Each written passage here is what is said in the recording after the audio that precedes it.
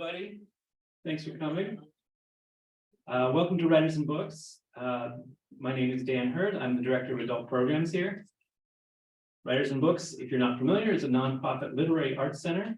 We do readings and workshops, literary programming for people of all ages and backgrounds. You can find more information on our website, wab.org. Writers and Books would like to call attention to the complex and troubled history of the lands on which we live and work. We are hosting this event from the unceded ancestral homelands of the Onondaga, or the people of the Great Hill. In English, they are known as the Seneca people, or the keeper of the Western Door. We're so happy to have David Seaburn with us tonight. Well, first we'll hear him read, then he'll have some time for questions with the audience. In David Seaburn's most recent novel, Give Me Shelter, the dual challenges of the 1962 Cuban Missile Crisis and the unexplained loss of parents are the driving forces behind the lives of two boys and their grandfather.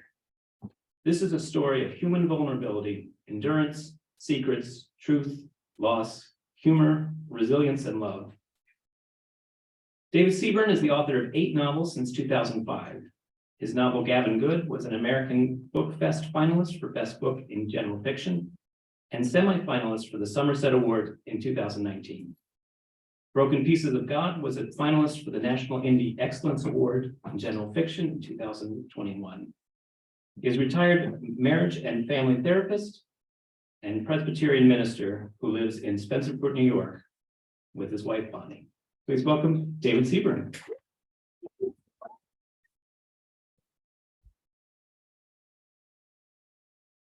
Okay, everybody goes downhill from there.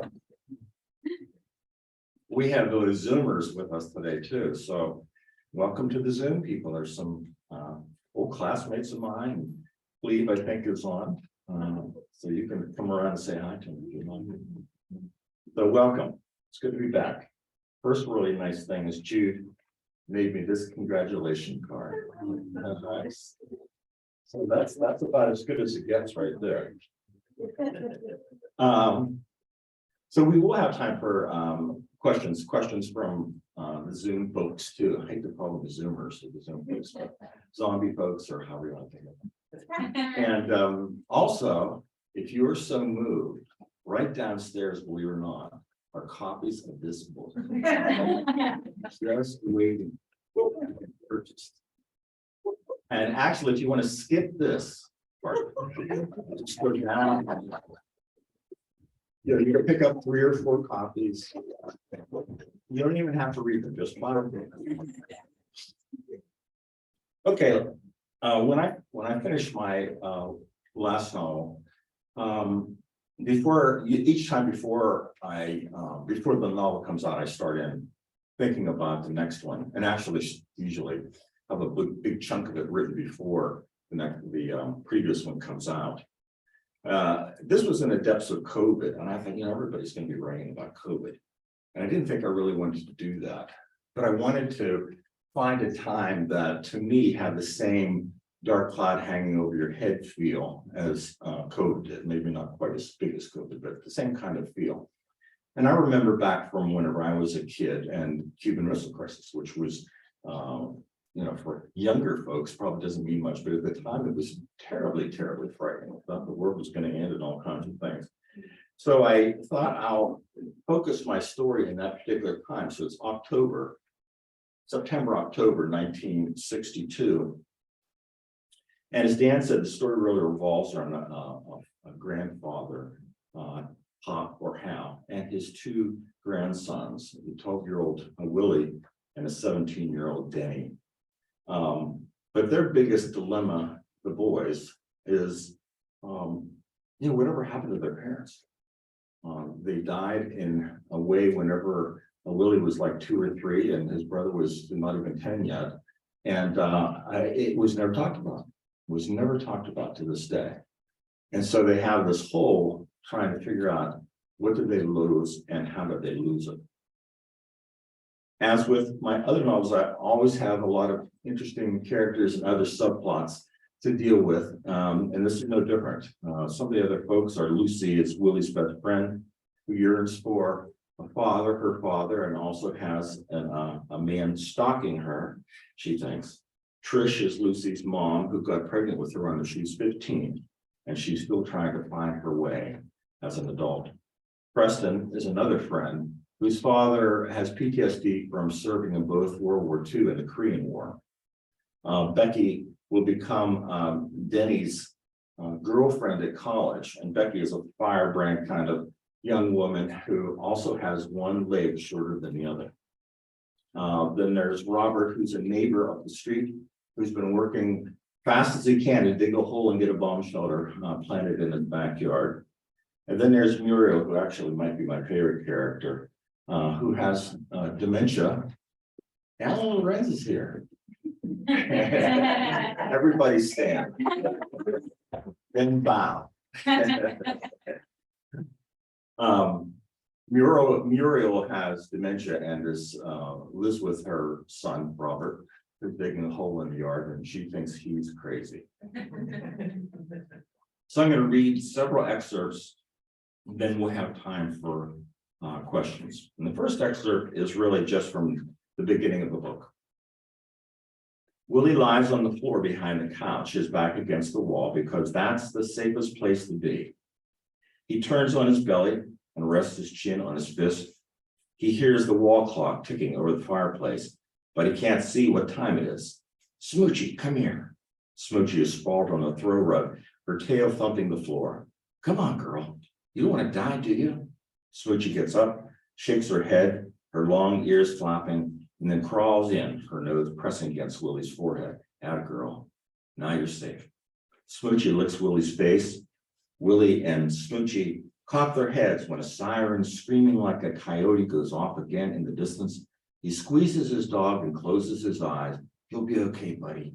I've got you. Smoochie squirms to get loose, but Willie holds on tight. Just a minute, just another minute, Smooch. Willie presses one of Smoochie's ears against his own side and cups her other ear with his hand. It feels like the siren is inside his head, right between his ears, whirring. Come on, enough. When the siren stops, Willie sighs and pats his dog. Smooch tries to wiggle her way just as the siren blasts again. She slips away. Smoochie. Willie digs his nails into the carpet. He can't see his dog. He holds his breath. A spider slinks slowly down the wall beside him. He reaches out and smashes it. He closes his eyes and buries his head in his arms. He inhales carpet dust. This has gone on every day for like ever.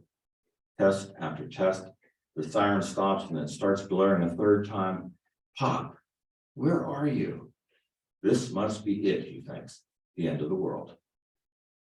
This was an easy scene to write because I did that in October of 1962, whenever I was afraid of the sirens and what was going to happen next. So that wasn't a hard one to write. And yes, I did have a dog who I insisted coming behind it with me. So the second excerpt, Willie was about three, whenever his parents died mysteriously. And this scene captures the impact it had on his ability to make it through life's earliest transitions, in particular going to school, in this case, kindergarten. Pop carried Willie to school that first morning, Smooch at their side. He carried Willie to school every day for 2 weeks, Smooch dragging her leash behind.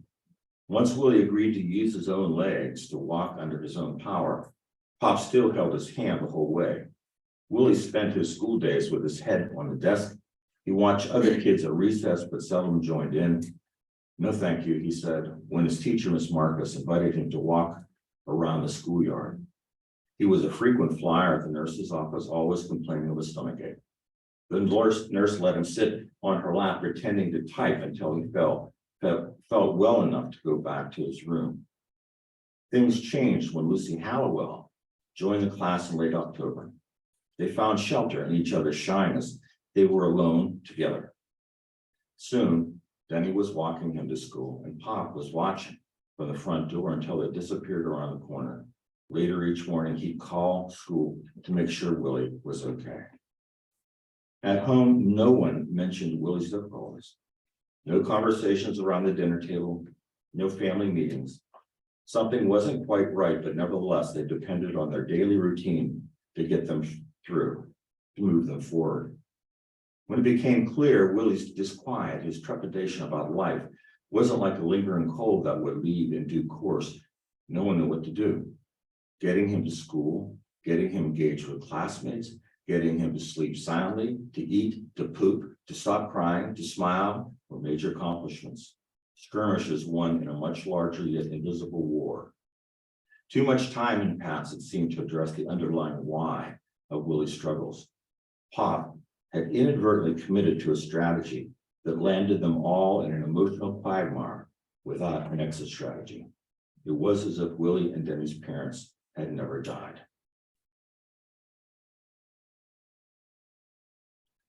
Without intending to do this, the book really has a lot of coming of age stuff, which you would expect with the ages of some of the people in it.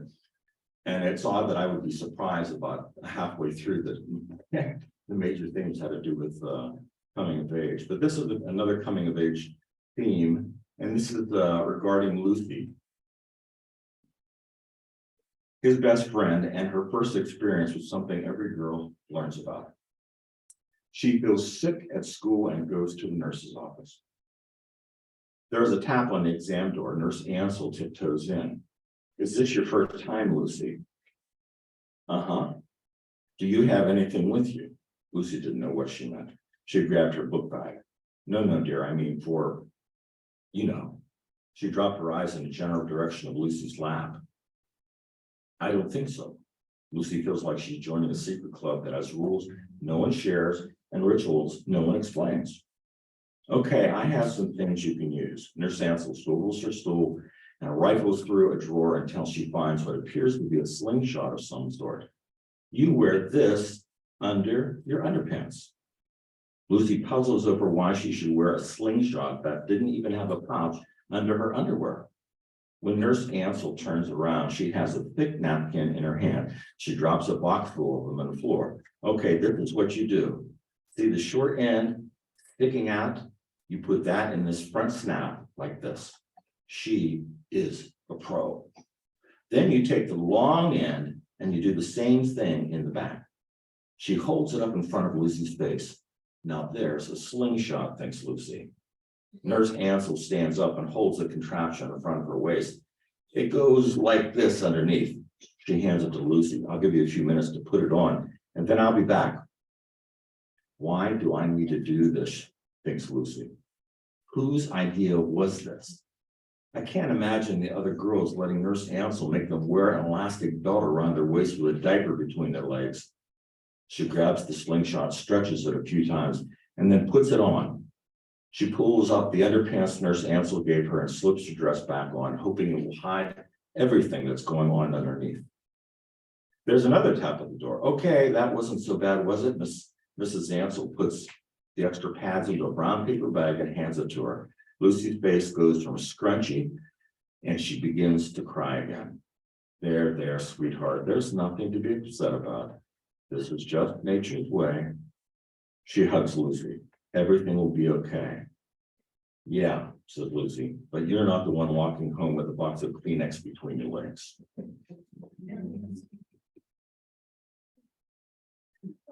Eventually, I mean, lots of things happen in the book, but eventually Denny comes home and they're finally going to have the big talk with their grandfather about what really happened to their parents. And I should add that the book has 5 segments that go in to tell the story of what happened that day. So every X number of pages, you get a little bit of what happened, and it pulls you along.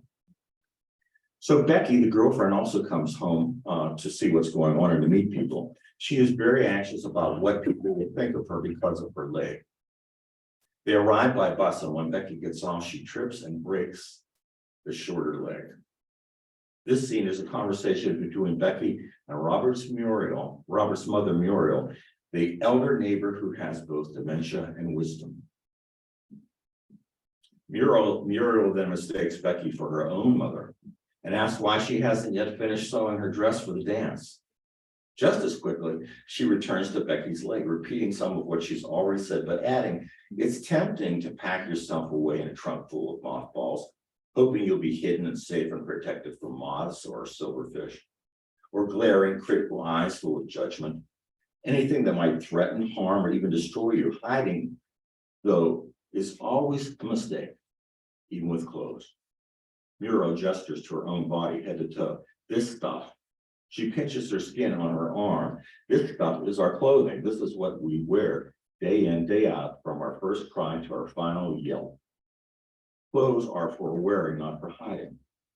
There's a sparkle in her eyes as she speaks. Take yourself out of the trunk, dear. Shake off the stench of hiding, wear yourself as you are, and anyone who suggests you're out of style or too colorful or too loud or nothing about you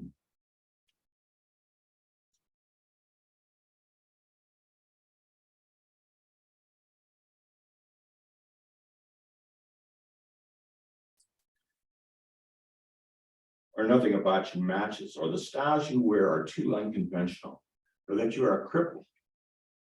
Well, they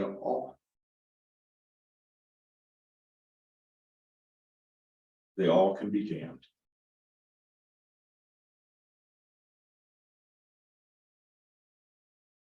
Muriel looks in every direction, gestures for Becky to come near, and whispers, wear yourself.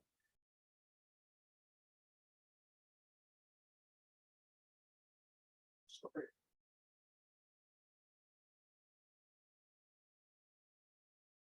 Wear yourself as proudly as you can. My apologies. That's the end of the reading.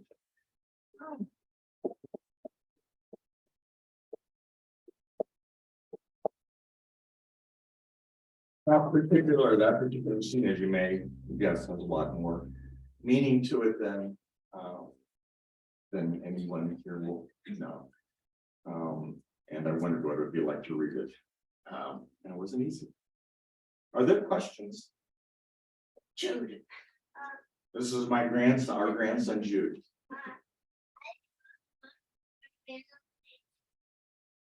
You wrote a book where Vanos does what at Christmas? Bakes it. Oh my goodness. That sounds like a mystery. Enjoy your cooking. Other questions? Yes. Dave, you said you were surprised by the themes of some like coming of age themes. Anything else that kind of surprised you as you developed? Well, this is a question about, for people in Zoom, about surprises. What I was surprised about the coming of age scene. Was there other things that were surprising to me in writing this book? You know, I have to say, just about everything kind of comes as a surprise. I don't do any outlining whenever I start. I usually have one character. I almost always have a title, and then a scene will come to mind, and I just write that first scene, and then I begin to think who else should be a part of this. And each of the characters becomes real, but they kind of take on their own life, you know. And so I follow them, they follow me, and we see what happens. But there are surprises, like Becky falling. I didn't know that until the words came out on the page, on the computer. She was getting out of the bus, and I just said she fell and broke her leg. I thought that would be an interesting thing, but I didn't think about it in advance at all. So there's a lot of those kinds of things that are surprises. Less so that I usually kind of understand what the themes are that I'm dealing with, but sometimes I don't. Other questions? Barbara. Yeah, you had secrecy from the boys about that, and so you continue to maintain secrecy in the story from them not knowing the real things that happen. How did you decide to follow on secrecy? That was another last minute kind of decision. I thought the neighbor Robert ends up being a key witness in all of this stuff, which no one quite realizes. Like, he's invited to this meeting and talks about what he saw. Well, it's a doctored up version of what he saw, but he feels that he and Pop feel like it's enough for them to understand broadly what was going on between their parents, or what happened to their parents, without going into a lot of the more painful things about what was going on with their parents. Interestingly enough, when they leave, Muriel says, did you tell them the truth? And he said, oh, I forget what he said, what she said, but something like, mostly. And she said, mostly truth isn't truth, or something like that. So we are left with that as a dilemma to be dealt with. And I think that's pretty common in families. We learn sometimes over decades, that the stories we heard as when we were kids, the onion, paper gets pulled off, and we learn layer by layer what was really going on and what the story really was. And this is as far as they're going to get, I think, in the first time that they talked about this. Other questions?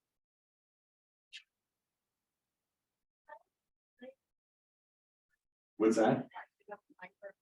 Why do I have it? So I don't have to scream and people can hear me. My grandson wants to know why I have the microphone. I'm explaining.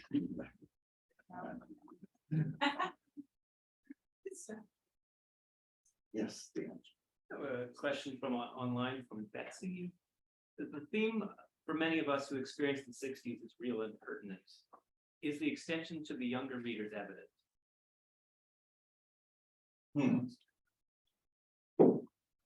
You mean, do younger readers reading that, do they get it?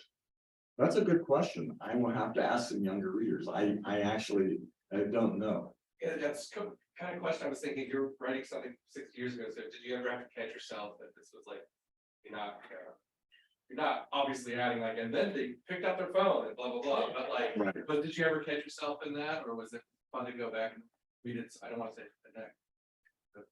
There's a question about going back and what that was like to write that.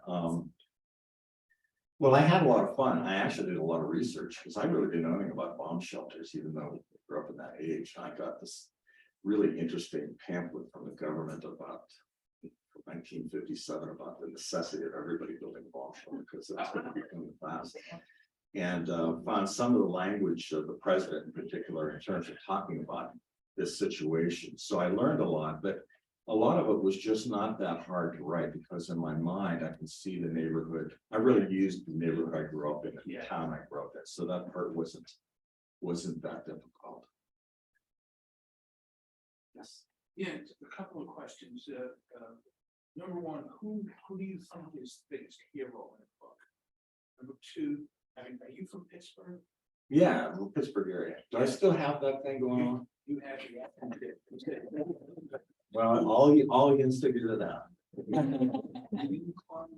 Yeah, oh yeah. Yeah. Yeah.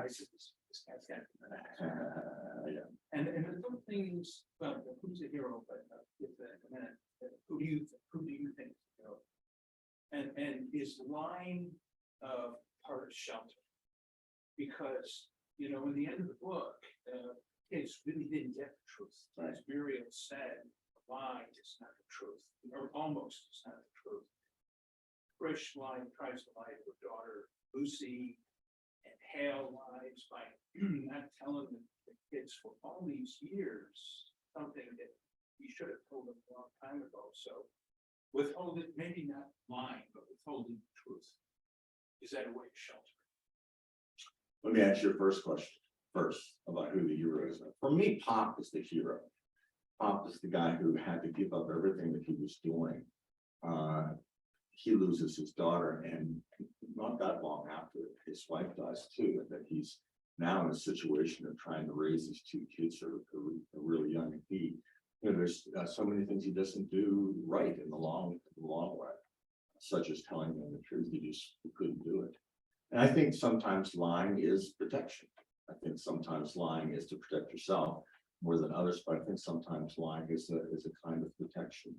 And in long-standing relationships, I think like these ones here, where they're going to be living together for many years, lying ends up being part of the slow process of getting to the truth. So you retell the story multiple times, and each time it's not quite true until eventually it is. Other questions? Jude.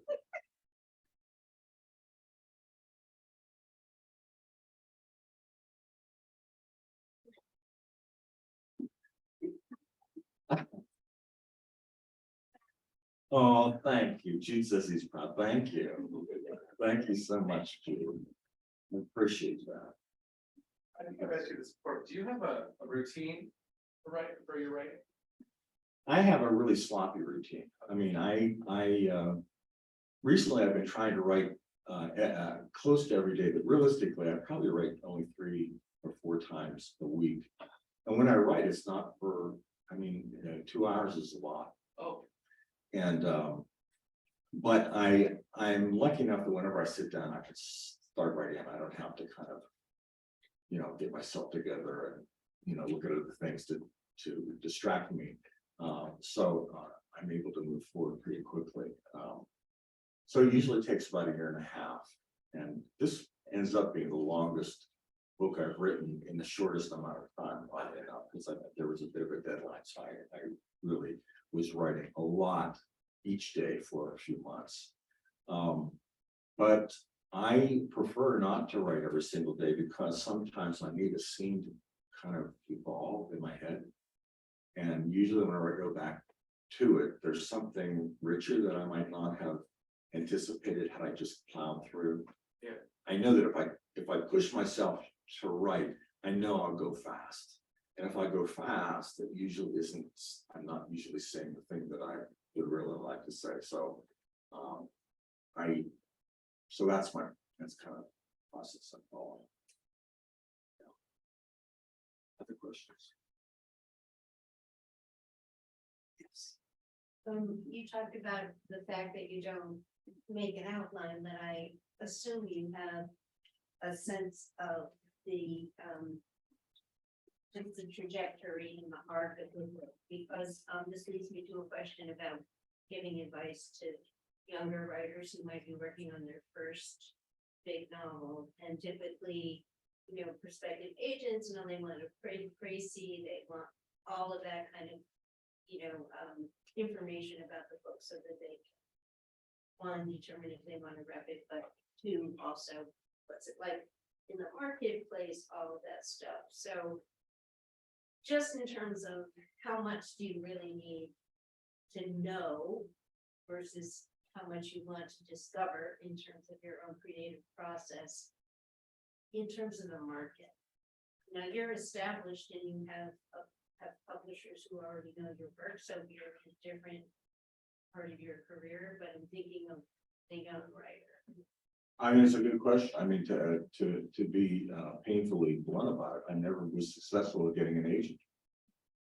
I forget, I think I really tried extraordinarily hard with Charlie Noface, which was like 10, 11, 12 years ago.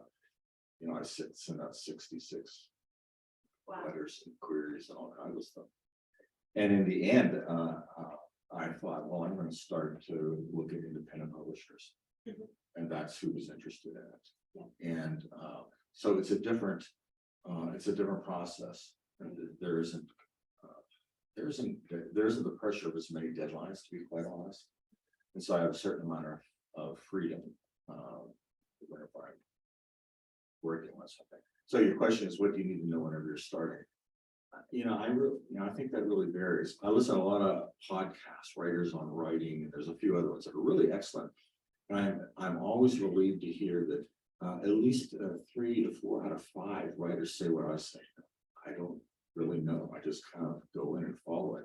And the ones that have to write up some treatment ahead of time, it's just extraordinarily painful because it takes the creativity out of it. That's And what I'm saying, yeah. there's a balance you have to strike. Yeah.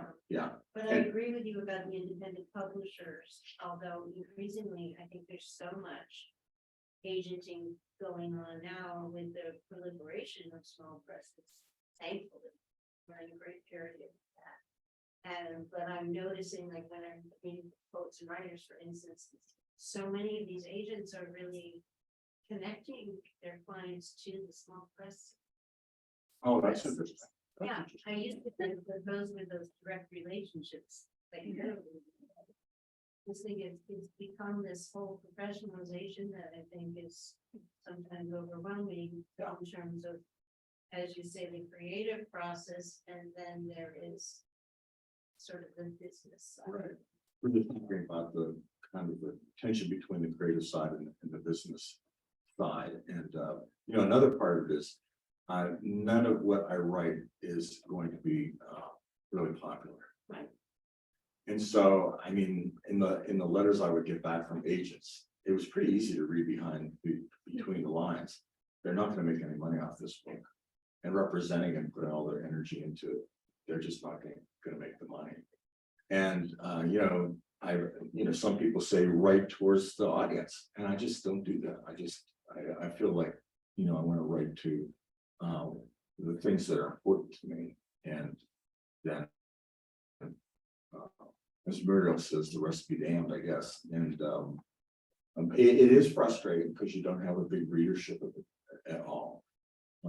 And, you don't make any money, which I think is the plight of many writers. But, that's a dilemma, and I really discovered that, about 10, 11 years ago, that I decided I went to an independent publisher, and I left them and went to the one I'm at now, and have stayed there. Yeah, it's great that you have that relationship, so that you can work the way you want to. Yeah. Other questions? Question from Leslie, Doug. I kept waiting for the first innocent kiss between Willie and Lucy. Did you decide they were just too young? Oh, that's a great question. These are our neighbors across the street. That is a great question, because I thought about that. The whole way through, and there's a contrarian part of myself, and I thought everybody's going to expect them to finally kiss, but I'm not going to do that. Because in the book, they never really become boyfriend, girlfriend. I really like the idea that there's 2 12 girls, a boy and a girl, just friends. And there's scenes where they clearly are kind of, wow, looking at each other and saying, well, she or he has changed and all that kind of stuff. Who knows what the future would bring? But that was a conscious decision. I thought, no, everybody will say, oh, when are they going to kiss? And I thought, oh, no, I'm not going to do that. Any other questions? Like the story is being driven by like the relationships as compared to like the plot. When you're writing, are you thinking about that, or is it just kind of like they're developing and they develop? This is an easy one. All my writing is character driven. And anybody who's read this book or any of my other books, and if you had to really kind of plot it out, you'd have a hard time plotting it out. Because it's really about the evolution of relationships and what happens. And usually each person has something significant they're dealing with. And eventually they're all going to intersect. And that's about as much as I know going in. That everybody's going to have something important. I may not know how they're connected or whatever, but eventually they'll probably intersect in some kind of way that will be meaningful to the story. Yeah. Hello. You have a character in the book that you felt like you personally related to the closest. Well, Willie was really me in so many ways. My family knows my history of difficulty going to school, which, I graduated. So, yeah. Whenever I was I shouldn't even be telling this, whenever I was a junior in high school, I missed 25 days of school. And they called my parents in to talk to them. And they came back and, my mother insisted I only ever be able to get a job as I missed 2 years of school. So I was an honor student. I did fine. If I didn't go to school because I was really too anxious, I did all my work. I was never fell behind or anything like that. But so that whenever writing stuff about Willie and his difficulties were pretty easy for me. At least certain parts of it were pretty easy. Yeah. And I really felt a real attachment to Muriel, who was a character I didn't know about until she comes in fairly late.